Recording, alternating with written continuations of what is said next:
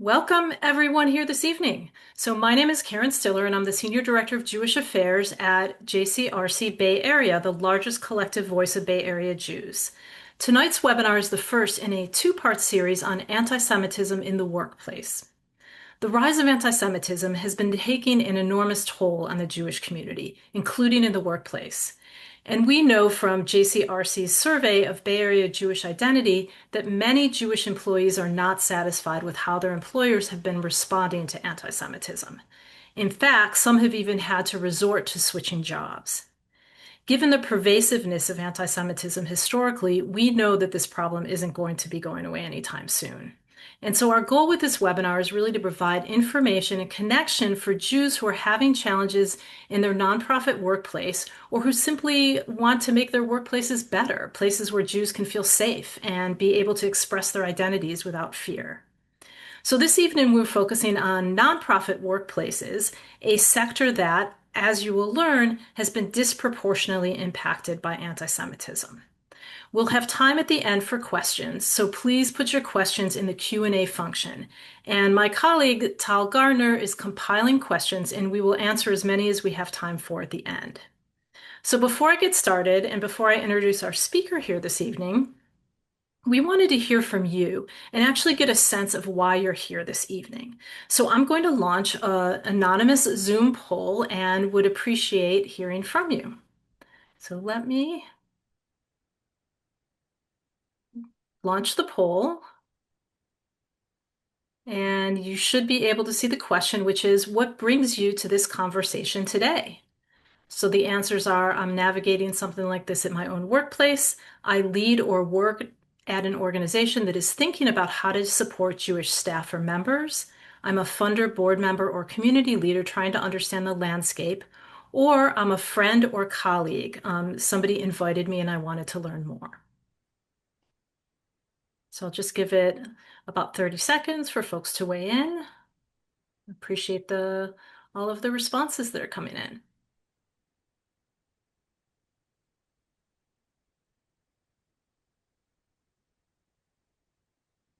Okay, 10 more seconds and I'm going to end the poll.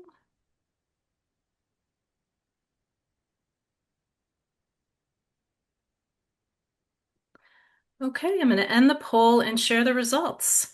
So it looks like a good number of you, just under 50%, are navigating something like this in their own workplace. And some lead or work at an organization and want to know how to support Jewish staff or members. And then others are really interested community members, funders, and board members who want to understand the landscape. Thank you very much for participating. And now I am really thrilled to introduce our speaker. So Sharon Leslie is the founding executive director of Blue Compass. And prior to this position, Sharon has held leadership roles in health, equity, and community building, including working with Johns Hopkins for humanitarian health. She also founded several initiatives such as the Survivorship Partners and vaxvolunteers.org. She serves as a trustee of American World Jewish Service and is a strategic nonprofit consultant. She has degrees from the University of Rochester, Washington University in St. Louis, and Johns Hopkins Bloomberg School of Public Health. So Sharon, welcome to the webinar. Thank you, Karen. I was laughing when we were doing that poll because last time I did one of these, my mom joined. And so she said there was no category for me.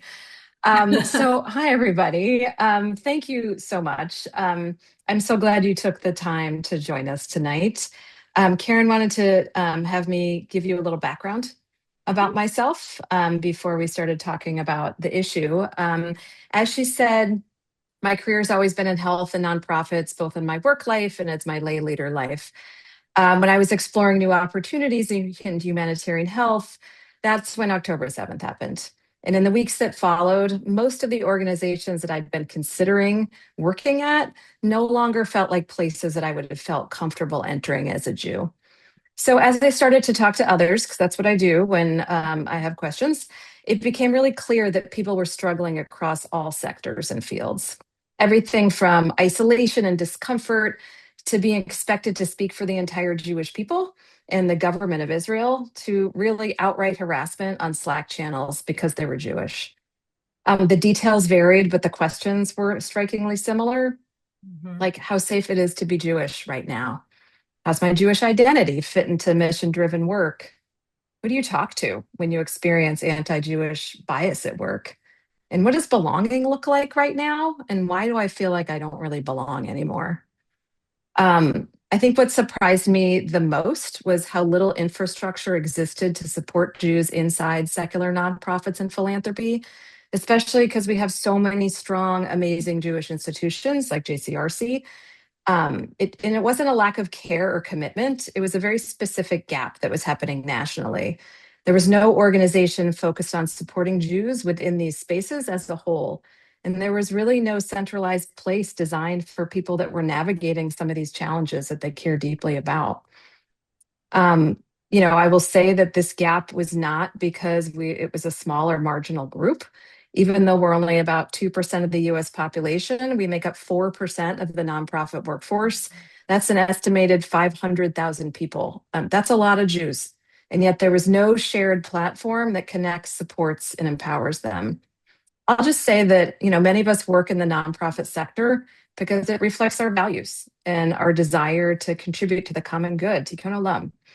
So when people feel like they have to choose between staying in the missions they love and being open about who they are, that really points to something broken at a structural level. And it's not really just about interpersonal conflict or incidents. It really suggests a deeper alignment. And that's how we started to think about starting Blue Compass.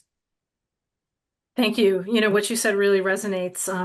Having been one of the 4%, did you say, who has spent her entire career in nonprofit organizations. I work for a Jewish organization now, but prior to that, it was in a secular nonprofit. Um, Also, what resonates, one of the first calls we had at JCRC after 10/7 was from employees of a large nonprofit organization. And they were really upset by the environment created in their workspace with political and anti-Semitic comments related to the conflict, like even impacting their Slack channels. They felt like they couldn't get away from it. And Mm. management was really not responding in an effective way. In fact, we know from our survey of Bay Area Jewish identity that this really tracks in terms of the lack of response. So when I saw your study that I'd love to have you talk about, I was not surprised at all. So could you please walk us through this? Was really a groundbreaking research study on the experiences of Jews and nonprofits. Sure. So I'll start here. I'm a researcher by background. So we wanted to make sure that this wasn't just the worst cases that were coming to us, that it wasn't all just confirmation bias. Mhm. And we were wondering really if this pointed to something systemic. And that really led us to step back and gather data across the nonprofit sector to understand workplace dynamics around anti Semitism, and then to really understand if there were systemic gaps in response and accountability. So, before I go into what we found, I want to take a moment and emphasize why this matters. We, as we all know, are living in really turbulent times. Anti Semitism is real and it's present. And at the same time, it's often weaponized and used as a pretext for division and destruction. This report comes from a deep commitment to the nonprofit and philanthropic sector and the essential role that it plays in strengthening our communities and our democracy. So our thought is as we center the experiences of Jews working inside these organizations, the goal is to really help nonprofits align their values with their practice. Because we know when Jewish staff are supported and able to contribute fully, the entire sector is stronger. So I'm going to keep that lens when we talk about the data here. So we're going to do a little deep dive into demographics just really quickly. I love the numbers. We surveyed 150 Jewish professionals working across nonprofit and philanthropy organizations. This was across roles, issue areas, levels of seniority, many of whom may be in this room tonight, actually. Almost 75% of our respondents came from organizations over 20 employees, and almost half came from organizations over 100 employees. We had responses split between executive level, senior management, mid level, and entry level. Just to note, we had a smaller amount of entry level people that responded. And that's an area that we really need to understand better because we know from our interviews that they were having a particularly hard time. And these are our future sector leaders. You can also see that they came from a wide range of focus areas. There was a very strong representation from social justice and equity, health and well-being, and the philanthropy sector. So I'm going to briefly take you through some of the numbers, but as important as the numbers themselves are what they reflected. We heard loud and clear a deep commitment to mission and values, along with growing pain and strain and uncertainty for people. And it was the real experiences of the people we heard from that I think had the biggest impact. And I hope some of those will resonate with you tonight. So I'm going to start with this first slide. What was clear from a statistic is that we are at risk of losing our current and future leaders. 35% of respondents said that they consider leaving their jobs because of their experience as a Jew in the workplace. That's not because they were disengaged from the mission. That's in many cases is the opposite. These are people deeply invested in their work who are questioning if they can stay in environments where something fundamentally feels misaligned. As this person said, I can't stay in an organization that treats anti-Semitism as somehow less important than other forms of hate and discrimination. We also found that 35% also report being uncomfortable being Jewish at work, and also that 41% felt like they were uncomfortable expressing their Jewish identity at professional events like conferences. We know that people have left their professional associations, and some have stopped going to conferences altogether. We feel like Jews should feel safe and comfortable in these spaces, and this is a big problem. This person said, I've started removing my mezuzah necklace before meetings. I never thought I'd have to hide this part of me, of my identity in a progressive nonprofit. So, how frequently are these incidents happening? It turns out the data show that it is very common. 39% of respondents have witnessed anti Semitic incidents at work. And many describe what followed was not overt hostility, but really dismissal. They were told that anti Semitism wasn't a priority or that what they experienced didn't quite count. This person said, there have been many instances where colleagues have made statements that feel deeply anti Semitic, but when I've tried to address it, my concerns are dismissed as being too sensitive. So, in contrast, only 12% said their workplace provides clear tools or resources for addressing anti Semitism at all.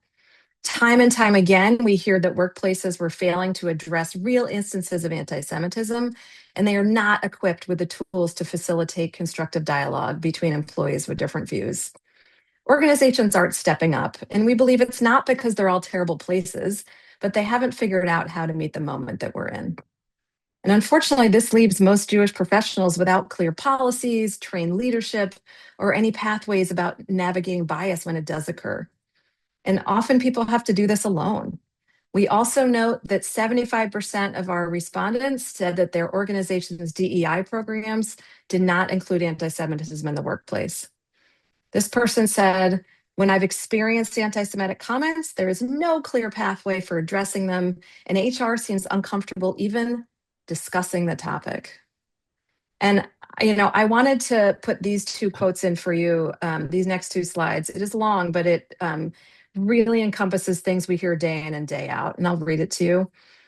When Israel comes up in the news, colleagues turn to me for explanations or opinions, as if I somehow represent the entire Jewish community or Israeli government. It's exhausting to constantly be put in this position, especially when my perspectives on Israeli politics are complex and nuanced. We hear those words over and over. And lastly, this one person told us that sometimes it's hard to have difficult conversations, even among fellow Jews, because of the wide variety of perspectives, and no one feels equipped to do it well. So we just don't do it at all. Now, taken together, these experiences all point to something really important. It is really a through line. It's not a constant state of crisis. Well, some people it is, but for most people, it's this ongoing navigation. People make daily calculations about when to speak, when to stay quiet, when to seek support. And often this is without any kind of shared language or clear pathways inside their institution. And so most people are really left to navigate this alone.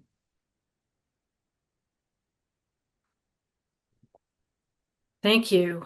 It makes sense when we hear the shockingly also high numbers of Jews that are struggling with mental health issues. We had a couple months ago somebody on here who talked about really dramatic increases in anxiety symptoms, in depressive symptoms, and everything that you outlined that nonprofit employees are experiencing, that really that sense of being gaslit, feeling alone, the exhaustion of what they have to navigate really makes a lot of sense. Your numbers are also a little bit surprising on the, high level. So I'm wondering, like, what do you think is behind those numbers? And are we seeing the same impact in the corporate world? And if not, why not? Why does it seem like the nonprofit world is so much more challenging? That is a great question, Karen. And I think about this a lot. We know from studies like yours at JCRC and the Jewish at Work study from CLAL that in the corporate world, CLAL found that only 13% in that setting reported that they were considering leaving their jobs because of their experience Mhm. as a Jew. And we found that it was around 35%. And this number has been consistent in other studies that we've seen. So that's kind of a huge difference. So what do we think is behind that? Now, this part is not the researched data side of things. This is really what we seem to have found anecdotally and how we're trying to frame this. First, I know that what we know that is in the greatest asset and the greatest strength of the nonprofit sector is the dedicated, passionate, mission-driven staff who want to fully express themselves at work. And we know that one of the weaknesses is the dedicated, passionate, mission-driven staff who want to fully express themselves at work. In a revenue-driven company, there is less room for political expression at work. There's kind of less tolerance for personal convictions spilling into Slack channels. In mission-driven organization, the whole premise is that we bring our convictions to work with you, and that's what attracts people to do mission-driven work in the first place. And Mhm. so, in one way, that's an asset, but it clearly comes with trade-offs, and that's what I think we're seeing a lot in the nonprofit world. Now, I will note that there are clearly exceptions. There's been a lot of corporate settings where we've seen real anti-Semitism, and it's not immune to that. But we think that this is a big part of it. I'll also say that I think we're seeing in the broader world that the binary has been flattened. There is a real lack of nuance and complexity in people having conversations. If every issue is reduced to right or wrong, or if you're for this, you have to be anti this, or if you believe in this thing, it means you have to believe in the other thing, or you're not fully an ally, then we lose the ability to see the world as a complex place that needs people to be able to hold two tensions at the same time and to lead with curiosity instead of judgment. And I mean, I know we're seeing that every day, and it really, we're seeing it in a microcosm in the nonprofit world. Absolutely. So let's talk a little bit about the impact on the nonprofit sector of what we're seeing. Are there some parts of the sector that you think are more impacted by this than others? And like, what do you think are the consequences for nonprofit organizations if they're leaving this really what sounds like becoming systemic anti-Semitism unaddressed? Yeah, I mean, I think that I would love to say that we're not seeing this in some parts of the sector, but really, I've talked to people in food and ag and environment and climate change and arts and culture and reproductive justice and health, and we're seeing it everywhere. I think it's worse in some than others, but it is everywhere. And in terms of what are the consequences, this is really important. I think we're seeing real polarization and toxicity creeping into the nonprofit sector. And while it's manifesting right now as anti-Semitism, it's not going to stop with anti-Semitism. It never does. We've seen this movie before. If nonprofits leave this unaddressed, not only are the sectors going to lose leadership and talent from Jewish professionals, but their ability to efficiently and effectively promote and execute their missions is going to be impaired because staff is going to be fractured. They're going to lack the tools and ability to handle conversations, and we will see that polarization will continue to fracture those nonprofits from the inside. And as I said before, I think a strong, vibrant nonprofit sector is vital to our country's health. So if that becomes fractured, then this is a harbinger of even greater problems that we're going to see in our country. That makes sense. And anti-Semitism is often called the canary in the coal mine, right? The health of our Yeah, democratic institutions are at risk when anti-Semitism is growing and spreading. And actually, the reverse is true, that yeah. when our democratic institutions are fraying, this allows more anti-Semitism to flourish. So that makes a lot of sense. So I believe we have a second Ah, poll that we'd like to launch. yeah, I can walk you through that. So this question, I always love to ask the group. So if you could change one thing about, oh, I can't actually see it with my screen this way. If you could change one thing about how Jewish identity and anti-Semitism are handled in the places you spend your time, what would that look like? And just choose one of these. Is this that leadership is willing to speak up more clearly, that we see real accountability when anti-Semitism happens? Is there more room to be openly Jewish without explaining or defending? Better understanding from non-Jewish friends and colleagues, or still kind of figuring out what would help? Because, we all are. Let's give it a few seconds. Folks are answering.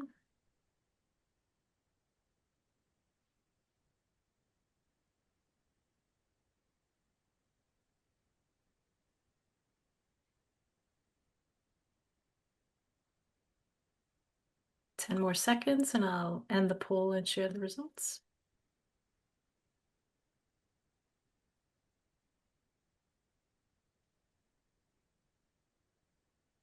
Okay, I'm ending the poll. And Sharon, can you see the results? I can. Great. So we see that can everybody can see the results, right? Yeah, everybody should be able to Okay, see that. great. Yeah. There they are. So we see that we sort of get the most 35% of you are really hoping that there's real accountability when the anti-Semitism happens. And that's not just in the workplace, that is going to be everywhere.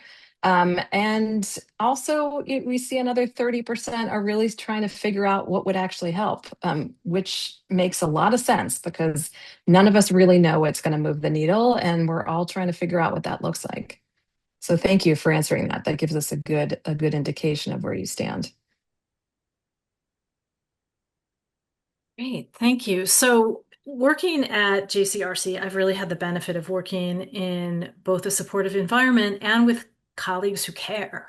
Um, Most people don't have that. And so, let's turn our attention to what you're doing to help support Jewish employees in nonprofit organizations, because you founded a new organization called Blue Compass. So, tell us about it. I did, yes. So I would love to. We founded this. I use we very liberally. Now we're a we, but at the time it's me. Um, that founded Blue Compass in response to really everything that we talked about tonight. Our mission, you can see here, is to support Jews working in the secular, nonprofit, and philanthropy spaces. We do this by building peer networks and practical tools to address workplace anti Semitism and really enable people to thrive in the sector. We work on three different pillars. We are creating the first one you see is community and peer support. We're creating a container that hasn't existed up to this point. We help Jews stay connected to their identity, their community, and their careers so they don't have to navigate it alone. We're connecting people across organizational role, across sectors, and across regions to share best practices, to reduce isolation, and really to provide practical tools to help them navigate their workplace more effectively.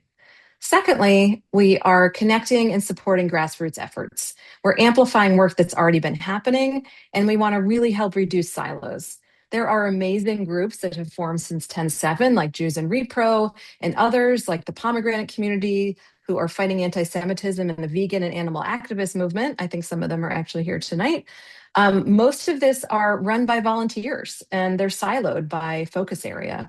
We really want to give them a platform to connect, to collaborate, to get access to our networks and our offerings so they can be more sustainable and they can continue to be the subject matter experts on what they're doing, but we can really help everybody be collaborating together. An example of this is that all different sectors are working on how to be Jewish at a conference.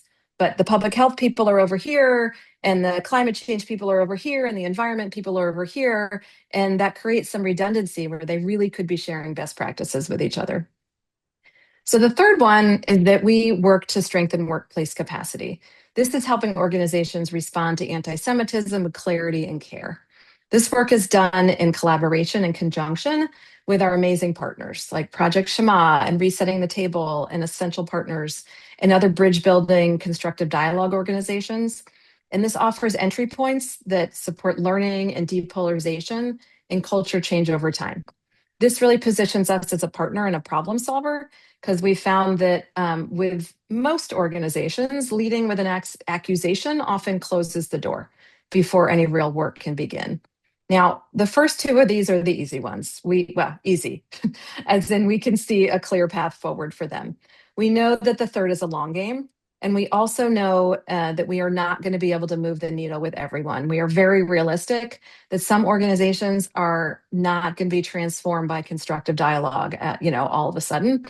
And that those are not our target population. If we have people coming from those organizations, we'll really help supporting them on how they can survive in their workplace environment and possibly thrive in another one outside of that organization. But we believe that many organizations and people leading them just do not know how to meet the moment that we're in. And also, I think it's really important to know that if we don't try to navigate it with them, somebody else is going to do that. And they may have a very different narrative and agenda than us. Our North Star is really breaking down silos. We want to avoid reinventing the wheel. Every time we think about something, we think who is doing this well and let's partner with them. And we want to amplify the work of other organizations that are already doing that work. And we want to connect them with our membership because those are people that they may not have had contact with. So when we put all these pieces together, because you can't really have one without the other, we know that people and institutions are stronger. Great. Thank you. So, do you have any specific tips or strategies you'd like to share? So, for example, what would you say to organizations that are really struggling to meet this moment? Oh, that is a good question. I just had an op-ed placed in Chronicle Philanthropy a few weeks ago, and we talked about strategies of what nonprofits can do. And when we talk about it, we're talking about like this is a simple framework, but it is the baseline. It is not that you can check these boxes and then feel like, okay, we've done all the work and we can move on because you can have the best policies in the world. But if you still have people posting anti Semitic things in Slack channels and the hate being propagated, then that's not going to help anything. So, the way that I like to look at this framework is simple: name it, mean it, and build it. Easy to remember. What does name it mean? Name it means that anti Semitism cannot be addressed if it is not acknowledged. It belongs in DEI frameworks, it belongs in training, onboarding, written policies, right alongside racism and homophobia and other forms of bias. We find that too many Jewish professionals are told that anti Semitism falls outside the scope of their organization's equity work, and that's not acceptable. Until you name it as a bias with ethnic and cultural and religious dimensions, every other step is really going to be built on an unstable foundation. So, what do I mean by mean it? Mean it means that you can have a statement in your handbook, and that means nothing if the leadership stays silent when anti Semitic rhetoric surfaces in a staff meeting or on a Slack channel. Organizations have to be willing to intervene in real time, the same way they would if a racial slur were used. That means having a named point of contact, trained to recognize anti Semitism, a documented investigation process, and actual follow through that is visible and timely to the person who reported it. If we treat Jewish complaints as political inconvenience rather than legitimate workplace issues, then that in itself is a form of discrimination. And so then people need to build it. We know that culture change takes investment, it takes time. It isn't just check boxes, and isn't just like one-off facilitations of having somebody come in. If an organization wants a Jewish affinity group or an ERG, if the staff want it, they should support that. This means bringing in facilitation and training that can hold complexity including complexity that's inside the Jewish community itself. Um, Jewish identity, I know it won't be surprising to this audience, is not a monolith. And if you only seek out Jewish voices that confirm what leadership already believes, that's not inclusion. It's really a way of avoiding a harder conversation. And so when you take these three things, these are things that an organization that wants to be serious about change can start.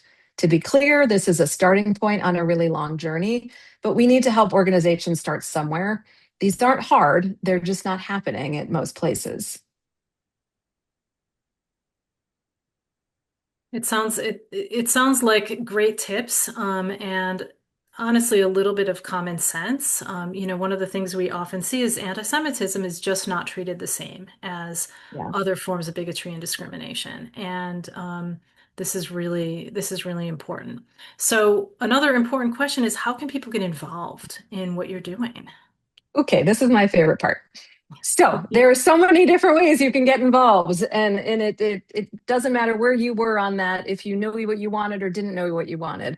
The first thing is join us. If you work in a secular nonprofit space or a philanthropy space, or you are an ally of someone that does, then you can join us as a member. It is free, and we have a platform called Compass Connect.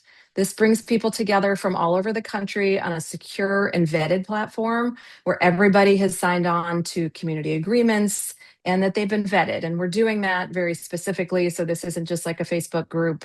Um, we want people to really feel like they can dig in and share and have those uncomfortable conversations. You'll have access to a dynamic community where you can share best practices and network across roles and regions and get skill buildings and trainings from partners like JCRC and Essential Partners and others. And they're all tailored specifically to the experience of our members. We have a resource hub where we're building vetted and curated content and access to trusted organizations. We also heard loud and clear from all of our focus groups that people want in-person contact. So we have in-person work starting here in the Bay Area. We just had our first event happening last week, and we're going to have some local peer circles that are starting in the area soon. We started in New York, so that work has already begun. And we have DC and Boston that are coming next. And even if you are not in those cities, Compass Connect is really the heart of what we do. And you can connect with others from all over the country from the comfort of your couch, if you like. We just launched the pilot group this week on Compass Connect. And I will say it will only be successful as what our members make it. This is really a chance for people to co create what they need and what they want. And we'll see what comes next with that. Secondly, if you work in a Jewish organization, we'd love to talk to you about programmatic and strategic partnerships. Again, partnerships are our North Star. None of us can do this work alone.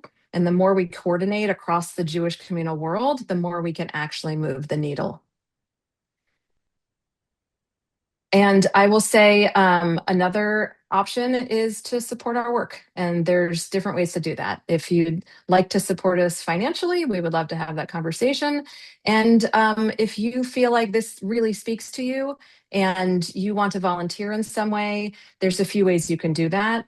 We are looking to build partnerships with lawyers and HR and mental health experts to really help field some of our crisis work.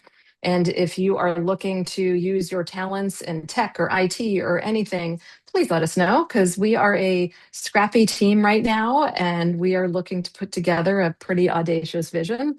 So we welcome conversations across all of that. And the last thing I'll say is that if you know somebody that needs us, tell them about us and let them know that we can help.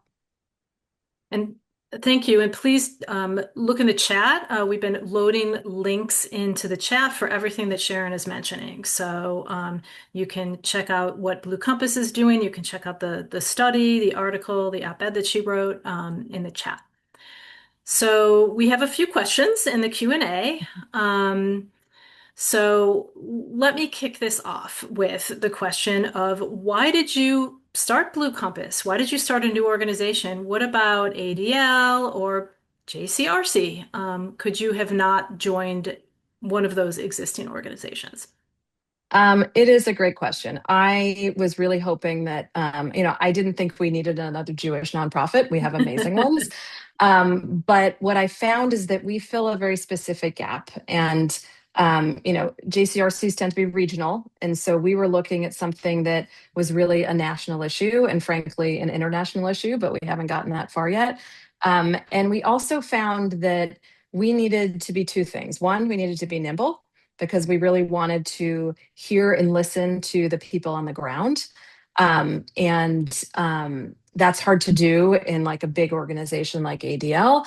Also, we found that we needed to be somewhat neutral in that different organizations come with their own perceptions and baggage, and whether that is real or not, that exists. And so we realized that our member base and our constituents and all the people and our stakeholders really span a pretty wide spectrum of who they are in the world, and we wanted to be able to create a space that people felt like they could be a part of that, and we could offer the resources of these other organizations. And we're not competing in any way, but we felt like there was this niche that needed to be filled in order to create that space for people in a way that felt comfortable and safe. Yeah, that makes a lot of sense. We've seen these kind of groups, we've seen affinity groups. Um, I think being more effective. For example, groups within the labor movements, right? You'll have Yeah. Jewish labor groups within the labor movements, which can have a much greater impact than outside organizations coming in and trying to work in that space. You just really need to be part of the community. You need to be specialized. You need to really just understand it. So it makes a lot of sense. Do you have any success stories you would like to share? Anything that you've heard either from somebody that you have worked with that had, a great example of an organization that really met the moment? We've talked a lot about organizations not meeting the moment, but have there been some that have met the moment? Yeah, so it's a good question. I will say that where we're starting our work is really first focused on the individual, and then grow, because we need to build our credibility in the world. We can't just come out there and say, "Hey, we're Blue Compass. You need to work with us." And so I think I'll focus a little bit on the human stories, and I can just give you a few examples of how, we spent a lot of time running focus groups and talking to people, and then people started to find us. And what I loved most about it is I got an email from someone saying, yeah, I found somebody told me about you. I found you online. And I ended up talking to this person, and he was telling me this story about how he felt like his values hadn't changed, but all his friends had moved further to the right, and all his work colleagues had moved further to the left. And he felt so alone. And he's telling me this story. And, I started describing other people who have, had these same feelings and had these same experiences. And he actually started to cry, and he was really embarrassed, but he said, this is like the first time where I've realized that I am not going through what I'm going through by myself, and that I have this opportunity to be part of a community, not just to kind of get stuck in the can you believe it stage, but to really start to think about like what we can do about this, and really feel empowered. We had a convening last week, and one of the participants said that being there made him feel so empowered because he was amongst people that understood, but also that there was something that was next, and that he just didn't feel powerless anymore in some of the feelings. And like those are the places where we're starting, and we're able to really take people's experiences and harness that. And I'll say one of the things that's been most heartening to us is I mean, I maybe I've talked to 99% of the people I've talked to are just this really resonates with, and they are so eager to be a part of it and also to help. Mhm. And because it strikes a chord. And to me, that means that we're doing something in the world that is meaningful to people, and they feel like can actually move the needle. And that's what, I find those stories the most successful. Thank you. Thank you for sharing. So I have a few questions that are related to other related sectors. So let me start with the first one, which is around philanthropies. So Mhm. organizations that are funding other nonprofits. So has anybody looked into a coordinated response from funding organizations that, may be funding some of these nonprofits that are experiencing anti-Semitism? So are you, I'm not sure if the question is asking, are we talking about like Jewish funders that are looking to kind of have a bigger impact on what's happening in the nonprofit sector from on their secular organizations? I think Um, it's more this actually the secular, at least what the ah, question to me comes across as like, maybe it could be not necessarily just your organization, but maybe other mhm. organizations have said, hey, look at all these major nonprofit or all of these major philanthropies. They're funding these, somebody's funding these nonprofits. Has anybody thought about tackling it from kind of the funding side of it to try to help build healthy workplaces in the nonprofit sphere, kind of on a more holistic? Yeah, I mean, that's not necessarily our lane, but I know that there are philanthropies that are thinking about that and that are starting to think about that more and that are starting to weave I can think of a few, but some of them aren't public yet about it, that are starting to weave anti-Semitism into some of their structures. These are foundations that I would never have expected to do that. I mean, anti-Semitism awareness into their structures. And we know, I've been talking a lot about nonprofits, but the one of the demographics that is a big part of our membership is philanthropy. And Mhm. these are Jews that are working at these secular foundations. So I have a little bit of insight into what's happening in many of them. Um, some of them are rough, but there are some foundations that are really starting from the secular standpoint to Mhm. understand that this is happening. I think more and more need to be aware of that. And I think there's a few blind spots there, but I think Mhm. it's starting. That's good. And I think when you're looking at it from a funder perspective, they actually have the ability to have an impact. Like if they can get their own house Sure. together, they could actually have an impact on the organizations that they fund Yeah. at some point in the future. That makes sense. What about the government sector? So, do you know, are similar things happening in the government sector? Is what you're talking about Yeah. tracking there? And could they also, does your organization, does Blue Compass cover folks in the government space? Because we know it can be a little different. Yeah. Yeah, that's a great question. The short answer is yes. I mean, I think we find that the government space is more similar to the nonprofit space than it is to the corporate world, just because how it's set up.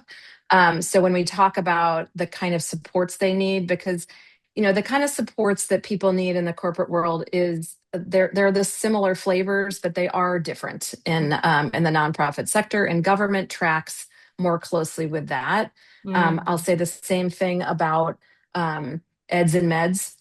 So, like, higher ed and the sort of nonprofit medical system. And what we're noticing in those sectors is faculty tends and students tend to get support, but there's thousands of staff that work at universities and they are not getting the support they need. And we find that they're starting to come to us, which is great because they can kind of weave in nicely to that. And the same thing with nonprofit hospitals. We have AJMA, which is an amazing organization that is working in the healthcare space. And then but we're getting some people that are really like, they work in public health or they work in different areas where it doesn't quite fit there and they fit a little better into our structure.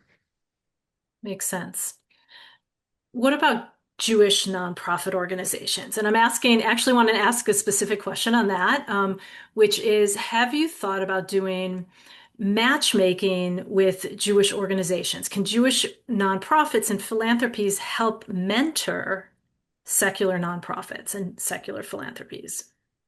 I mean, it's a great idea. We haven't really thought about that kind of arrangement, but if we could get to a point where a nonprofit would be willing to be mentored by a Jewish nonprofit, we'd be like two thumbs up, right? Like I say that Project Shema is an amazing organization, and if an organization has gotten to a place where they are welcoming them in, then they're already 10 steps ahead of some other Hmm. nonprofits out there that are, not even at that space. So I would love to get to a space where we could have that kind of collaboration. I mean, that would be a dream. Relatedly, I'm just curious, and there was a related question in the chat. Have you heard from Jewish employees of Jewish organizations? And, have they, and one of the reasons I'm asking is our survey found that most Jews, when you talk about your experiences with your Jewish identity and anti-Semitism, tend to be much better in Jewish spaces, and that Jewish organizations tend to be responding to those issues a lot better. So, wondering if you've heard from any Jewish organizations that may have been having some of these challenges and struggling with how to handle it. Because, Jews have different opinions. That is true.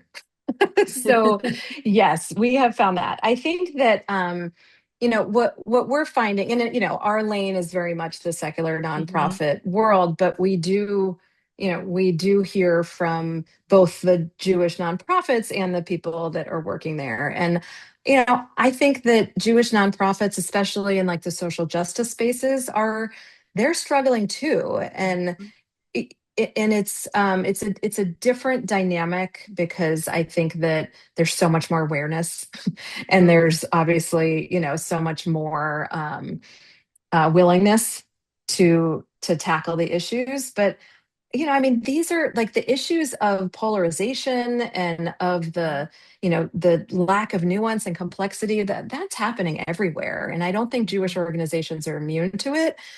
I do know that we've had a lot of people that have, used to work in the secular nonprofit world that moved over to the Jewish nonprofit space. And, while, I mean, everybody has their own special dysfunction in the world, I think it just felt like a safer space for them. Mhm. Um, Now, there is not a comparable Jewish organization for every secular nonprofit. So it's not like we could just like all move out and create our own ecosystem. It's just not Sure. realistic. So, we need to still be in these spaces and have our seats at those tables and, have our voice. But I also think that, one of the things, like I talk a lot to Leading Edge, who talks about, supporting Jews and Jewish organizations and how we can partner in a way that can be collaborative for people and help them understand like what are best practices in both places. But they're not immune, but they definitely are further along than the secular nonprofits. Great. Now, I have two questions that I'm not sure are something that you're going to feel equipped to answer, but I'm going to ask them because they're more related to really more specific workplace issues. So one is, can you address why these issues are not covered by like policies related to hostile work environment or other things within the organizations? Yeah, I mean, I am not an attorney. And so, I would say that in a lot of cases, some things we hear should be included in those policies and should be things that may be actionable. What we do at Blue Compass is not give legal advice, but we can refer people to people that can do that and to think about that. And, often I know when you talk to like the Brandeis Center, they say like a small percentage of the people that call them have things that are actionable, but some do. And I think that, when you hear about those, most don't. But the issue then is like, then what do you do? Right. So Mhm. that's basically why we exist. And so we can say to them, okay, well, send those people back to us so we can help support them. But no, I mean, that there's no reason to think that some of the things that we've heard or something that the person that asked that question is talking about may very well fall into that. And I think you're talking about it in your next session, are you? There's like a equal Yes, opportunity. yeah, Yes. So exactly. there Yeah, we go. we're going to be talking exactly about that. Um, so, somewhat on the same vein, do you have any tips for somebody dealing with what seems to be, I think, one of the issues that a lot of employers struggle with, which are political symbols in the workplace. Mm. So we're talking about things like somebody wearing a keffiyeh or a Free Palestine sticker or, political discussions in chats and other things that kind of create this highly politicized environment in our organizations. Yeah, I mean, it is hard. And, this is one that I think organizations really struggle with between free speech and free expression. And, Mhm. I think that, every organization is going to be different, but I think all organizations already know what they tolerate and what they don't in terms of expression or what happens in channels. And I think anti-Semitism has been left out of that narrative. And so I think if organizations really turned a lens on themselves to say like, okay, well, if we change these words around from Jewish to something else, would it be acceptable? Mhm. They know those things. And, so those are kind of the conversations. When it comes to symbols, I think it's a longer conversation. So whoever this is, I'm happy to have that with you about how to handle that in your workplace because it's going to be different. Mhm. Most of the time, um, we find that when we're giving people advice on what to do, a lot of it becomes less of grand posts or gestures. It's more the one-on-one conversations and figuring out, do you have the allies there in the leadership? Mhm. And if you don't, what's plan B and what's plan C? And really kind of being really strategic about how you talk about it because it's so racked up right now in so many different identity issues that it gets really messy really quickly, and we want Mhm. people to be able to be really intentional about how they talk about it. And I'll also say that you may have a different response whether or not you are a program associate with no positional power versus a director level in an organization, and really thinking about what that looks like and how you can strategize differently. And that's a lot of what we talk about and how you can do that. Thank you. I think that was really helpful. And, that answer tells me that when people call you, they're going to be in really good hands with Blue Compass. You're really putting a lot of thought into these issues. So before we end, that was our last question. Before we end, do you have anything else you'd like to share? Sure. So, I guess I'll say that the most common thing I hear when I talk to people is they find relief that they're not alone. So, if you leave here with anything, I just want you to know that you're not alone and that there are thousands of people out there who really understand the complex issues that you're navigating. And it's not about everyone having the same opinion or creating another silo or echo chamber. Really, I think the beauty is that we want to create spaces where people can have those uncomfortable conversations. They can sit in tension and discomfort, but they can do it in a place where curiosity and inquiry and respect are valued. Um, we have immense humility to know that none of us really know what's going to be the tipping point to help reduce anti-Semitism in any of our sectors. But we know that for us, the people that are best equipped to do that and to figure that out are those working in the sectors day in and day out. Because we know that behind all this data that we presented, these are real people who care so deeply about their work, and that's why we do what we do. And that's why everybody that logs on to these calls and joins or reads an article or passes it on, your engagement really matters because we're only going to solve this if people care enough to do so. So thank you for that. Thank you. Thank you to everybody for being here. Thank you to Sharon for not only sharing what you're doing, but also doing what you're doing. It's such really vital and important work. So appreciate that. And just a reminder, you mentioned it earlier, that we have another webinar coming up in 2 weeks. We'll have representatives from the Equal Opportunity Commission and the California Civil Rights Department that will really be talking about strategies to address issues in the workplace. So, who do you call if you need to file a complaint? Who do you call if you want to figure out, is this a hostile work environment situation? Is this discrimination? So, Tal is dropping the link in the chat for everybody that would like to sign up for that. And with that, I will say thank you, everyone, and good night.